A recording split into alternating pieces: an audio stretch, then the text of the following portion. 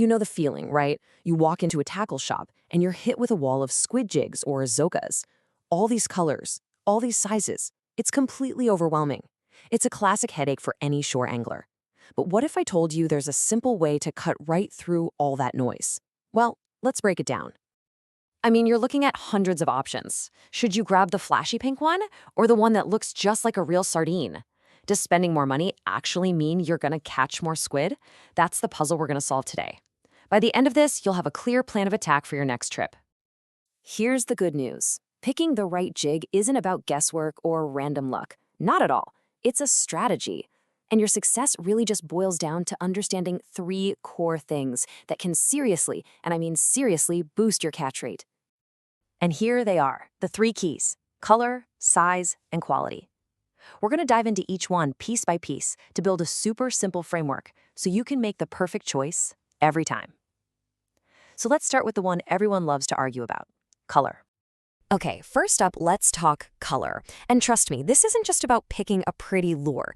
This is probably the most critical decision you're going to make when you're standing there at the water's edge. Why? Well, squid are visual hunters, right? They've got incredible eyesight. They're looking for contrast and movement. So the color of your jig has to stand out in whatever light and water conditions you're in. So how do you choose? It's actually pretty simple. You just match the light.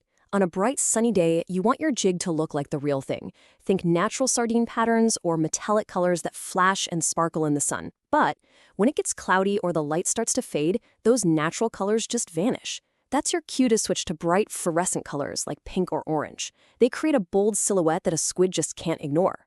And for night fishing, well, you've got to bring your own light to the party. That's where glow-in-the-dark or UV jigs become absolute game changers.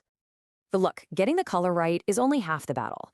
Think about it. You could have the perfect color jig, but if the squid are feeding 10 meters down and your lure only sinks 2, you're just casting for exercise at that point.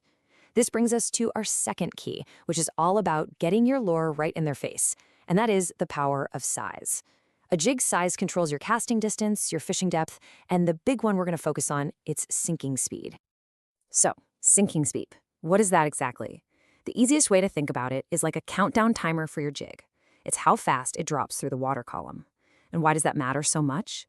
Because squid could be feeding right near the surface, or they could be hiding way down deep.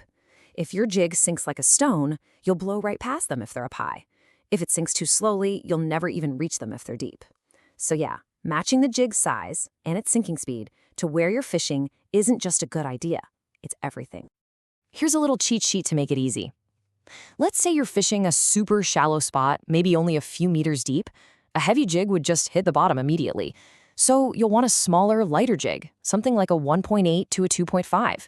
It'll hover and sink slowly, giving the squid plenty of time to see it and attack.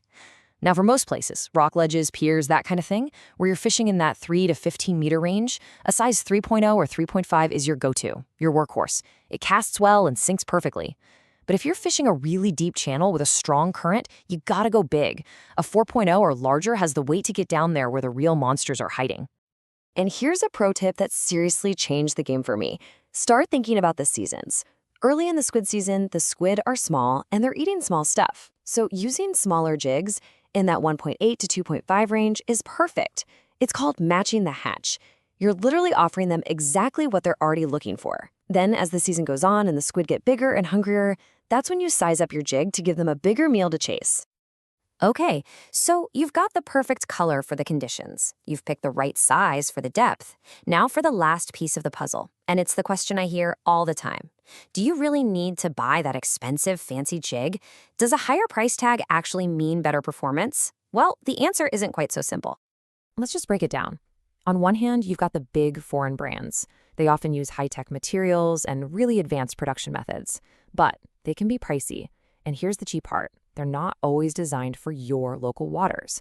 On the other hand, you have domestic brands. These are often designed with a ton of input from local anglers. They're built for the local conditions and are usually a lot more affordable. So which one's better? Honestly, there's no single answer. It really just comes down to your budget and what you value more, cutting-edge tech or local expertise. So here is the absolute bottom line, the most important takeaway. What really makes a jig a quality jig isn't its brand or how much it costs.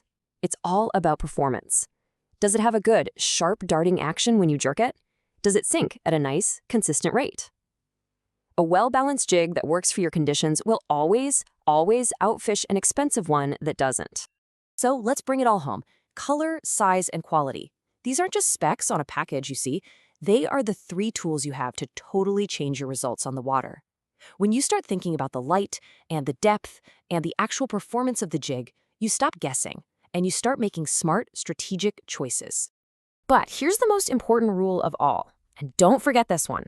Every angler finds what works best for them through their own experience. Think of this guide as your starting playbook. The real magic happens when you actually get out there, you pay attention to what's working on your home turf, and you start to build your own winning strategy. And that's a wrap. I really hope this gives you the confidence to walk up to that wall of jigs and know exactly what you're looking for. Now the fun part. Get out there, put these keys to the test, and find your winning combination.